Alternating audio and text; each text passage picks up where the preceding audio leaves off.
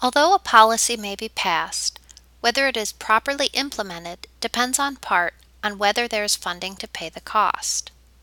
Both Congress and the Office of the President introduce budgets. Through negotiations, legislators and the President pass a budget. Usually no one receives exactly what each wants. The threat is if there is no agreement before the deadline passes, then the federal government cannot pay non-essential state employees. Essential state jobs include the Armed Forces, Border Patrol and Customs, air traffic controllers, the CDC, FBI, NSA, CIA, among others.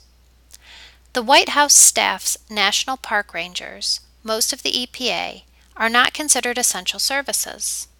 Both Congress and the President want to avoid a government shutdown. In the 1990s, a budget was not passed and the government shut down.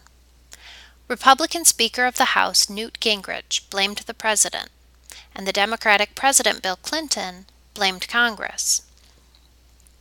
Both sides thought public opinion was on their side. When the smoke cleared, most blamed the Republican House and Newt Gingrich. In recent years, the government has avoided a government shutdown by simply voting for an extension, kicking the can down the road. Most of the budget is simple, following incrementalism. Programs, agencies, and departments receive about the same funding as the previous year, adjusted for inflation. Only about 3 to 5% of the $3 trillion budget is under scrutiny. There are two types of funding. First, mandatory funding, funding to which the government is committed, such as paying soldiers, and second, discretionary funding, spending not previously mandated by law, such as funding a bridge. There are at least three considerations. First, what should be funded and how much? Second, trying to limit deficit spending, which is spending more than the state's revenue. And third, effects on the economy the budget will have. There's a saying in politics, guns or butter. That is, either the state can build a strong military to protect the people, or they could provide goods and services for the people. A simplistic model is that if the government spends on one program, there's less money for other programs. But the budget, state, and economy are more complex than that. First, there is deficit spending. The government needs to borrow money to buy the goods and services they desire. The hope is that in the future, the state will be in a better position to pay back what they owe. However, if the state stops certain services like national security, subsidizing farmers, and funding education, the country will face great troubles in the near future.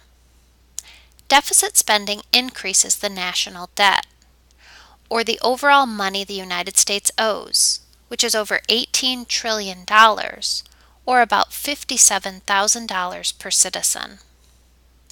Consider a student who has to pay his rent, electricity, and buy books for a public policy course. He only has $500, but must spend $650. What does he do?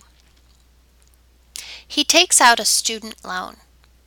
He focuses on earning A's in his classes and graduates so that he can find a great job as a policy analyst and earn enough money to pay his loans in a short period of time. This is the logic behind deficit spending. The federal government has not had a balanced budget since 2001 under President Clinton. Many states like New York require a balanced budget, although New York legislators have found ways around this law. Many argue that it is one thing to borrow money and pay it back when things are better. However, by continuously borrowing, the state will one day find that most of the revenue it collects will only pay for the interest on the money it borrowed. Furthermore, the country's credit rating will suffer. Some countries like Greece borrowed so much money, their credit rating grew when they entered the European Economic Community, that they faced declaring bankruptcy. How does the U.S. government borrow money? They sell U.S. bonds to its citizens and to foreign countries and to foreign companies and individuals. One can buy a $25 bond today, and the government guarantees that it will be worth $35 in 5 years. People buy U.S. bonds because they have trust in the government. That is, the country would not declare bankruptcy or cease to exist. A sudden growth and prosperity in China left many Chinese not knowing what to do with their extra income. Many of them bought U.S. bonds. Thus, the government owes the people of China hundreds of billions of dollars. This is much like the student who discovers credit cards, and when he finds a job after graduating, spends half his income just paying the interest on his credit cards. He will end up spending $100,000 to pay his $30,000 loan. Those who want to eliminate deficit spending want to avoid the country getting into the trap of the student in the example, if we are not already in that trap.